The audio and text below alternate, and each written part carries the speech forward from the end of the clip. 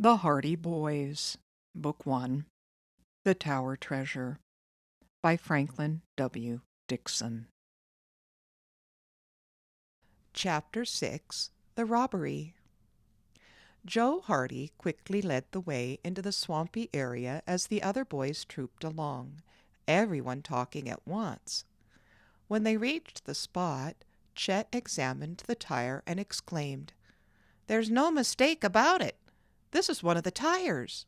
When the thief put on the new one, he threw this away."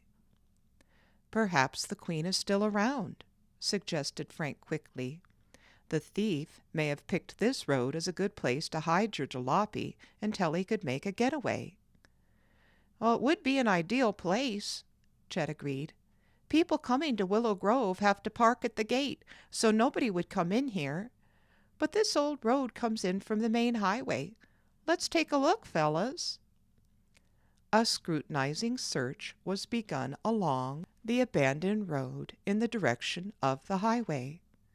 A moment later, Frank and Chet in the lead cried out simultaneously, "Here's a bypath, and here are tire marks!"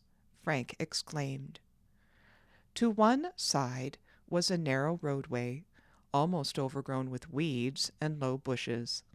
It led from the abandoned road into the depths of the woods. Without hesitation, Frank and Chet plunged into it. Presently the roadway widened out, then wound about a heavy clump of trees. It came to an end in a wide clearing. In the clearing stood Chet Morton's lost jalopy. "My queen!" he yelled in delight. "Her own license plates!" His shout was heard by the rest of the boys, who came on a run. Chet's joy was boundless. He examined the car with minute care while his chums crowded around. At last he straightened up with a smile of satisfaction. "She hasn't been damaged a bit. All ready to run. The thief just hid the old bus in here and made a getaway. Come on, fellas, climb aboard. Free ride to the highway." Before leaving, the Hardys examined footprints left by the thief. He wore sneakers," Frank observed. Suddenly Chet swung open the door and looked on the floor. "You mean he wore my sneakers? They're gone." "And carried his own shoes," Joe observed. "Very clever. Well, that washes out one clue. Can't trace the man by his shoe prints." "Let's go," Chet urged. He jumped into the car, and in a few seconds the engine roared. There was barely sufficient room in the clearing to permit him to turn the jalopy about. When he swung around and headed up the bypath, the boys gave a cheer and hastened to clamber aboard. Lurching and swaying, the car reached the abandoned road, and from there made the run to the main highway. The boys transferred to Tony's truck and the motorcycles and formed a parade into Bayport, with Frank and Joe in the lead. It was their intention to ride up to police headquarters and announce their success to Chief Collig. "And I hope Smuff'll be around," Chet gloated. As the grinning riders came down Main Street, however, they noticed that no one paid attention to them, and there seemed to be an unusual air of mystery in the town. People were standing in little groups, gesticulating and talking earnestly. Presently the Hardys saw Oscar Smuff striding along with a portentous frown. Joe called out to him, "What's going on, detective? You notice we found Chet's car."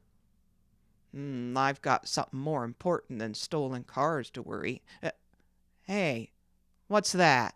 Detective Smuff stared blankly as the full import of the discovery filtered his consciousness. The boys waited for Smuff's praise, but he did not give it. Instead he said, "Oh, I got a big mystery to solve. The Tower Mansion has been robbed." "Good night," the Hardys chorused. Tower Mansion was one of the show places of Bayport. Few people in the city had ever been permitted to enter the place, and the admiration which the palatial building excited was solely by reason of its exterior appearance.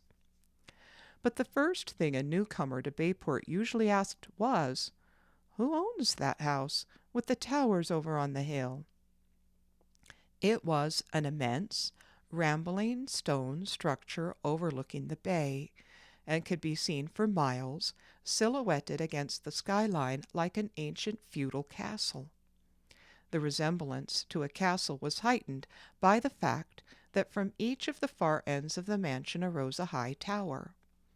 One of these had been built when the mansion was erected by Major Applegate, an eccentric, retired old army man who had made a fortune by lucky real estate deals. Years ago there had been many parties and dances in the mansion. But the Applegate family had become scattered until at last there remained in the old home only Herd Applegate and his sister Adelia. They lived in the vast, lonely mansion at the present time. Herd Applegate was a man about 60, tall and stooped. His life seemed to be devoted now to the collection of rare stamps. But a few years before he had built a new tower on the mansion, a duplicate of the original one. His sister Adelia was a maiden lady of uncertain years. Well-dressed women in Bayport were amused by her clothes. She dressed in clashing colors and unbecoming styles. Herd and Adelia Applegate were reputed to be enormously wealthy, although they lived simply, kept only a few servants, and never had visitors. "Tell us about the theft," Joe begged Smuff. But the detective waved his hand airily. You'll have to find out yourselves," he retorted as he hurried off. Frank and Joe called good-bye to their friends and headed for home. As they arrived, the boys saw Herd Applegate just leaving the house. The man tapped the steps with his cane as he came down them. When he heard the boys' motorcycles, he gave them a piercing glance. "Good day," he growled in a grudging manner as he went on his way. "Well, he must have been asking Dad to take the case," Frank said to his brother as they pulled into the garage. The boys rushed into the house, eager to find out more about the robbery. In the front hallway they met their father. "We heard the Tower mansion has been robbed," said Joe. Mr. Hardy nodded. "Yes, Mr. Applegate was just here to tell me about it. He wants me to handle the case." "How much was taken?" Mr. Hardy smiled. "Well, I don't suppose it will do any harm to tell you. The safe in the Applegate library was opened. The loss will be about $40,000, all in security and jewels." "Whoa!" exclaimed Frank. "What a haul! When did it happen?" "Well, either last night or this morning. Mr. Applegate did not get up until approximately after 10 o'clock this morning, and did not go into the library until nearly noon. It was then that he discovered the theft." "How was the safe opened?" "Well, by using the combination. It was opened either by someone who knew the set of numbers, or else by a very clever thief who could detect the noise of the tumblers. I'm going up to the house in a few moments. Mr. Applegate is to call for me." "I'd like to go along," Joe said eagerly. "So would I," Frank declared. Mr. Hardy looked at his sons and smiled. "Well, if you want to be a detectives, I suppose it is about as good a chance as any to watch a crime investigation from the inside. If Mr. Applegate doesn't object, you may come with me." A few minutes later, a foreign-make, chauffeur-driven car drew up before the Hardy home. Mr. Applegate was seated in the rear, his chin resting on his cane. The three Hardys went outside. When the detective mentioned the boy's request, the man merely grunted assent and moved over. Frank and Joe stepped in after their father. The car headed toward Tower Mansion. "I don't really need a detective in this case," Hurd Applegate snapped. "Don't need one at all. It's as clear as the nose on your face. I know who took the stuff, but I can't prove it." "Well, whom do you suspect?" Fenton Hardy asked. "Only one man in the world could have taken the jewels and securities. Robinson?" "Robinson?" "Yes, Henry Robinson, the caretaker. He's the man." The Hardy boys looked at each other in consternation. Henry Robinson, the caretaker of the Tower Mansion, was the father of one of their closest chums. Perry Robinson, nicknamed Slim, was the son of the accused man. That his father should be blamed for the robbery seemed absurd to the Hardy boys. They had met Mr. Robinson upon several occasions, and he had appeared to be a good-natured, easy-going man with high principles. "I don't believe he's guilty," Frank whispered. "Neither do I," returned his brother. "What makes you suspect Robinson?" Mr. Hardy asked Hurd Applegate.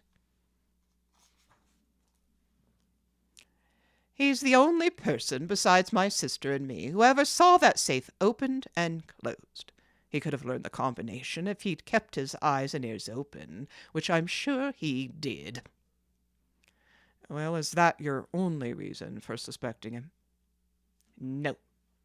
This morning he paid off a $900 note at the bank, and I know for a fact he didn't have more than $100 to his name a few days ago.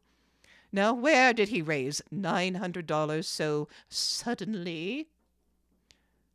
"Perhaps he has a good explanation," Mr. Hardy suggested. "Oh, he'll have an explanation all right," sniffed Mr. Applegate. "But it will have to be a mighty good one to satisfy me." The automobile was now speeding up the wide driveway that led to Tower Mansion, and within a few minutes stopped at the front entrance. Mr. Hardy and the two boys accompanied the eccentric man into the house. "Nothing has been disturbed in the library since the discovery of the theft," he said, leading the way there. Mr. Hardy examined the open safe, then took a special magnifying glass from his pocket. With minute care he inspected the dial of the combination lock. Next he walked to each window and the door to examine them for fingerprints. He asked Mr. Applegate to hold his fingers up to a strong light and got a clear view of the whorls and lines on the inside of the tips. At last he shook his head. "A smooth job," he observed. "The thief must have worn gloves. All the fingerprints in the room, Mr. Applegate, seem to be yours."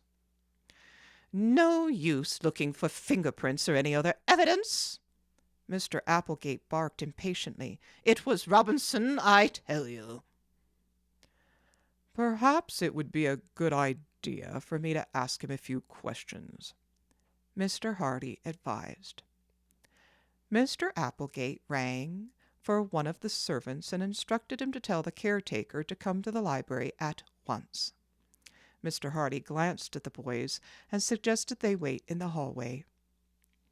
"It might prove less embarrassing to Mr. Robinson that way," he said in a low voice. Frank and Joe readily withdrew. In the hall they met Mr. Robinson and his son Perry. The man was calm but pale, and at the doorway he patted Slim on the shoulder. "Don't worry," he said. "Everything will be all right." With that he entered the library. Slim turned to his friends. "It's got to be," he cried out. "My dad is innocent."